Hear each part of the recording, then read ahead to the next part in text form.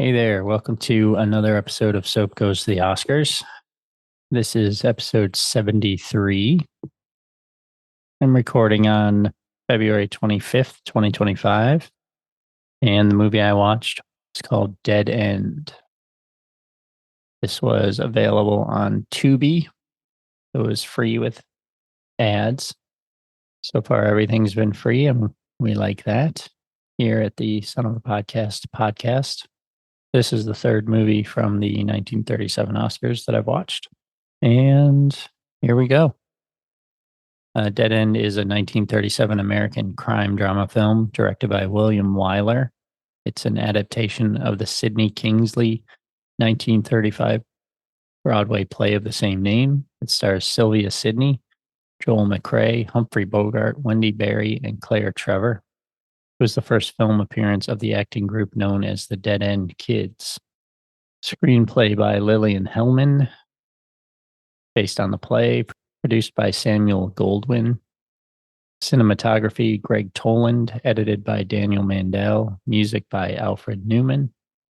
Production company said Samuel Goldwyn Productions, distributed by United Artists.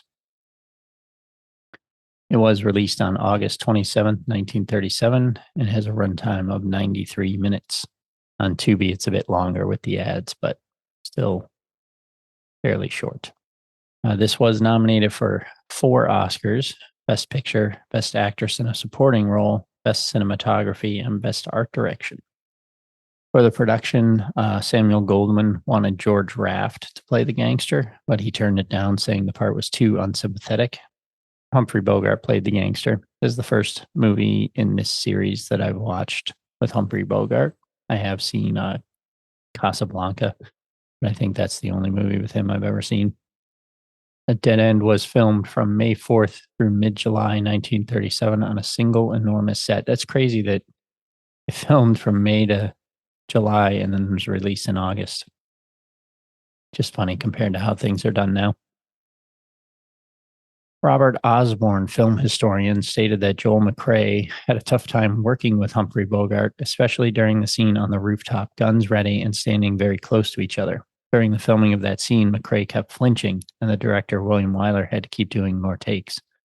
Finally, Wyler pulled McCrea aside, and he asked him what was wrong. McCrea, embarrassed to tell him, explained that Bogart kept spitting in his face when he was speaking, not exactly what Wyler was expecting to hear or to be the problem. Happens with actors more than you can imagine. Legacy, the group of young actors from New York City who appeared in Sidney Kingsley's Broadway play Dead End in 1935, have been brought to Hollywood by producer Samuel Goldwyn to appear in this film version. They proved to be so popular as the Dead End Kids, they continued to make more than 60 movies under various monikers, including The Little Tough Guys, The East Side Kids, and The Bowery Boys for 20 years until 1958. That's kind of crazy because I thought they were annoying.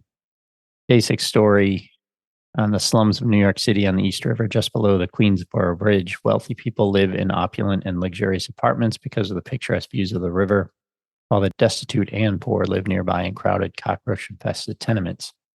It all basically takes place in this street, which is like the backside of the luxurious apartments.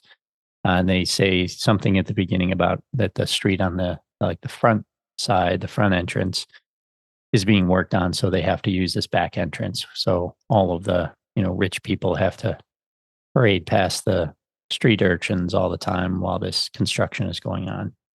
Meanwhile, there's there's this group of kids that are the Dead End Kids. They're hooligans, and there's one of them has a sister who's kind of trying to make good, and then there's a guy that she likes, but he also kind of likes one of the rich women, or is at least talking to one of the rich women, and she likes him. And then also Humphrey Bogart's gangster he came from this area of town. I guess he had a scar on his face, and he had a plastic surgeon fix it up, and he's on the run, but he came back to see his mother and an old flame, and so he's in town. And that's sort of where things kick off. But it was fine. I think I gave it 2.5 stars. I don't really like the 5-star system necessarily on Letterboxd. just because, I watched something the other day, Captain America, the new one, and I gave it 2.5 stars. And then so that's only 50%. It was better than 50%. So I gave it three, but it probably wasn't as good as, it might not have been as good as 60%. So I don't know. This one could maybe bounce between 2.5 to 3 stars for me, but it was fine. There's nothing wrong with it. I feel like, kind of like I said with the last one, it could have sort of made a statement about the difference between the rich and the poor. And that's probably what the intention was. I don't feel like that really came through necessarily in that impactful of a way. It is fairly short, so maybe it's kind of rushed in that way compared to the play. But everybody talks. It's the typical kind of everybody says like Goyle or girl. They all have those, especially like Bogart and the kids have those thick kind of accents. And the kids, I just thought they were annoying with the way they talked. They just yelled all their lines, and to me they were kind of obnoxious. But apparently people liked them, and they kept making movies, which is fine. They weren't terrible, just kind of annoying. Yeah, I don't know. Not my favorite. I still like Star is Born the best. Captain's Courageous was okay, and then this one probably third for me so far. I won't waste too much more time on this one, so I will just say see you next time.